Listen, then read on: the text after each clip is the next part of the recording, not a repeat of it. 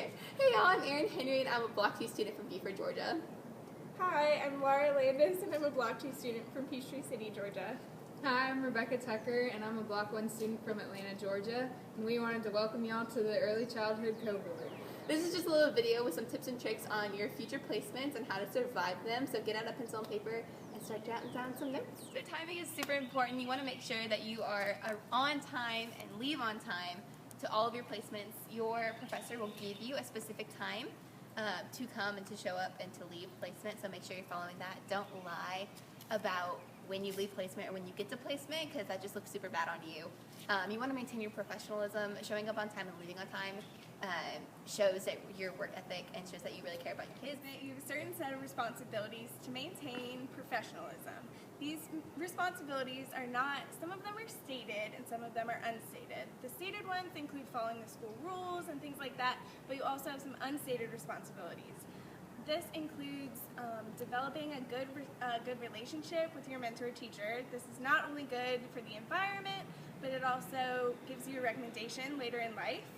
And another thing is to have a good relationship with your students and to always be present in the classroom.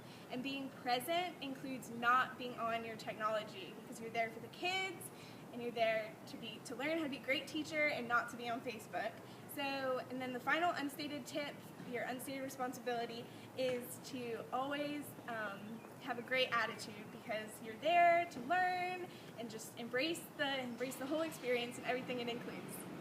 Another important part of professionalism in your placement is ethnographic observations, and what that is basically when you're working with your students, you want to consider more than the one-dimensional kind of outsider view of them. You want to be able to take into account their culture, their race, their home life, their gender, their socioeconomic status. The list goes on and on. You just want to make sure you're taking all that into consideration. An important part of ethnographic observations is that you don't want to be colorblind, meaning that you want to acknowledge every child's culture and how they're unique and bring that into the classroom so that they feel comfortable and welcome.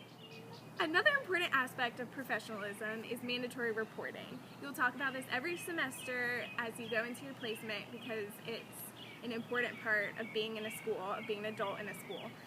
Mandatory reporting is reporting any signs of abuse or neglect that you see in children. This can be exhibited in stories they tell you, emotional signs, or physical attributes. You can see it in all of those ways.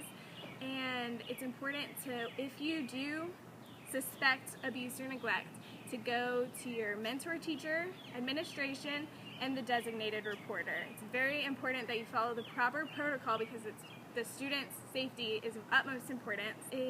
You're also legally required to do this, so it's very important. You can get into trouble if you do not follow this protocol and keep the kids safe. Another important aspect of being present in your placement is to respect student confidentiality, and that means that you need to not use students' name outside of the classroom, and when you're in the classroom, you should never talk negatively about any student, because you never know if they're going to be able to hear you or not.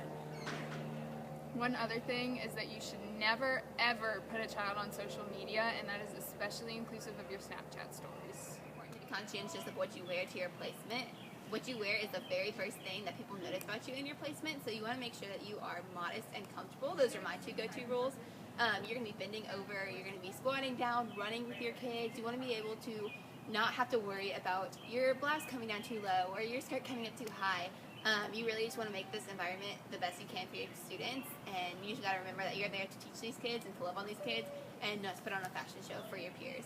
Some examples of what not to wear to placement. Rebecca does look super cute and comfy, but this is what you should not wear to placement. You want to make sure that you look professional and not wearing your chacos and your shorts like you would to a day in Adderhold. Chacos are okay in your placement, but you want to make sure that you are wearing them with business professional attire. Laura, on the other hand, is super prepared for placement. She's got her name tag on, if you can tell. You want to wear this to all your placements so people know who you are. She's got her super cute top on and her black jeans and super comfy flats. She looks very business professional, and you just want to make sure that you exude a teacher when you dress. Another one not to do, Rebecca is showing just a little too much skin for placement. You want to make sure that you do look professional. Keep the tops high and the skirts long, just in case you are going to be bending over and walking in front of your kids. So skirts are okay and tops are okay, but you want to make sure that they're the appropriate length.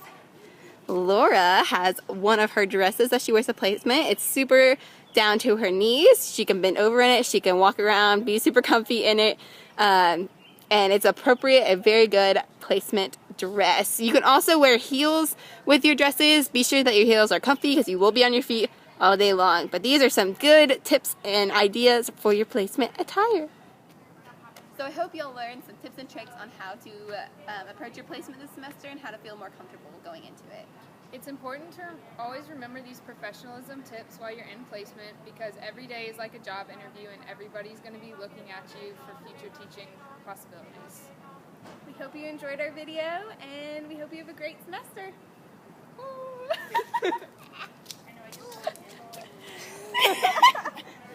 Placement you have set. Say. So yeah, make sure you do that. Meaning you don't want to be